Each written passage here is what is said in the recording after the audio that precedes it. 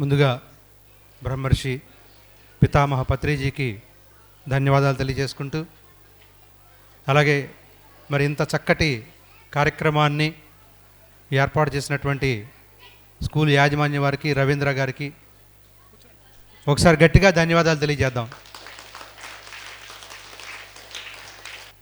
మేము విజయవాడ నుంచి వచ్చాం, విజయవాడలో ఉంటాను నేను.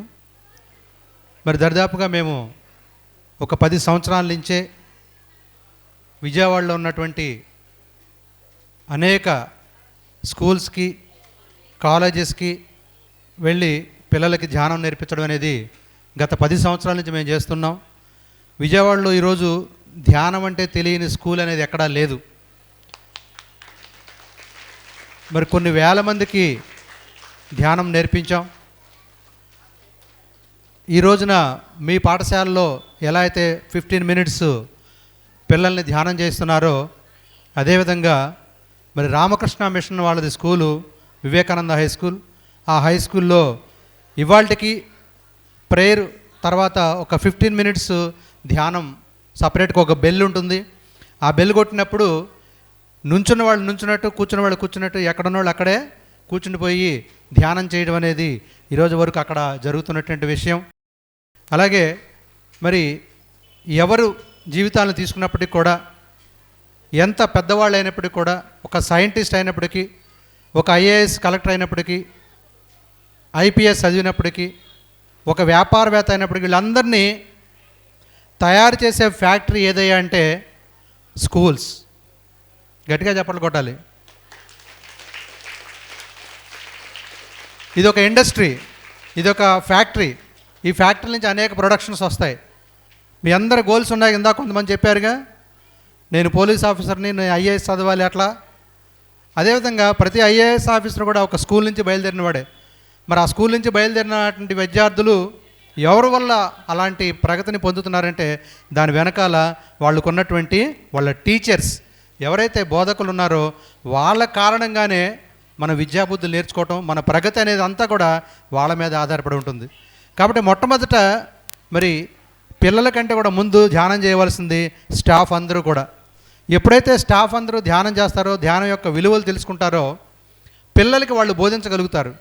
ఇప్పుడు మాలాంటి ధ్యానం మాస్టర్స్ వస్తాము, రాము మాస్టర్ చెప్పారు, కొన్ని విషయాలు మేము చెప్పగలుగుతాం, ఎందుకంటే అప్పుడప్పుడు మేము విజిట్ చేస్తాం కాబట్టి.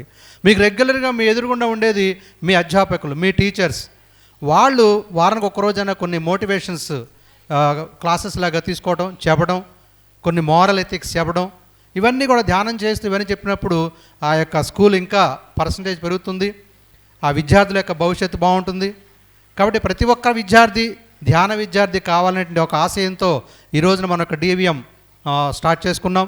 ఒక గొప్ప ఆలోచనకి మరి శ్రీకారం చుట్టినటువంటి మేధావులందరికీ కూడా మరి శిరస్సు వంచి పాదాభివందనలు తెలియజేస్తున్నాను. సో నాకు ఈ అవకాశం ఇచ్చినటువంటి మీ అందరికీ కూడా మరొకసారి ధన్యవాదాలు తెలియజేస్తున్నాను. Thank you all. Thank you sir. కూర్చోండి.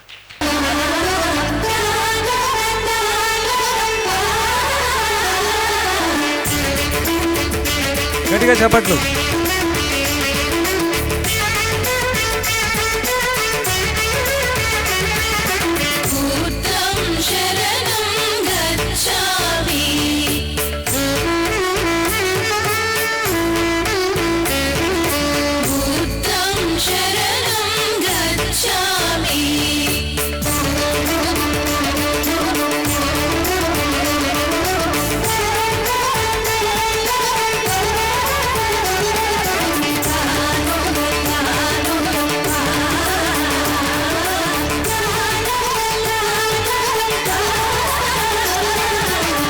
అలాగే ఇప్పుడు ఈ మాస్టర్ మెసేజ్ తీసుకుందాం. ముందుగా పితామహ పత్రి మహారాజ్కి ధన్యవాదాలు తెలుపుకుంటూ, ధ్యాన విద్యార్థి మూమెంట్ గ్లోబల్ స్థాపించినందుకు చాలా సంతోషంగా ఉంది. మీరందరూ ఇక్కడ బోధి సత్వ విద్యా వ్యవహారాలు చదువుతున్నందుకు చాలా సంతోషంగా ఉంది. మీరు ధ్యానము, శాకాహారము మెయిన్ ఇంపార్టెంట్. మీరు ఇవాళ నుంచి మీరు ఏం చేస్తారంటే, ఒకవేళ శాకాహారిగా కాకపోతే శాకాహారిగా అయ్యే విధంగా మీరు ప్రయత్నం చేయండి. టుడే ఆన్వర్డ్స్ మీరందరూ శాకాహారం కాకపోతే శాకాహారిగా అయ్యి మీ పేరెంట్స్ని కూడా శాకాహారంగా తీర్చిదిద్దాలని కోరుకుంటున్నాను. Okay, thank you. Sir me message. గురుభ్యో నమః. ముఖ్యంగా విద్యార్థులకి 2 అని నాకు నమ్మకం అనమాట. First 1 concentration, second 1 memory. క్లాస్లో చెప్పేవన్నీ వినాలి, అర్థం చేసుకోవాలంటే కాన్సన్ట్రేషన్ ఉండాలి. ఓకే, నెక్స్ట్ మెమొరీ పవర్, అంటే మనం విన్నవన్నీ గుర్తుపెట్టుకోవాలంటే మనకు మెమొరీ పవర్ కావాలి. ఈ 2 కావాలి అంటే ధ్యానం చేయాలి. ధ్యానం చేస్తేనే ఈ 2 సాధ్యపడతాయి. ఇదే ఈరోజు నేను మీకు చెప్పాలనుకుంది. Thank you. Thank you very much sir.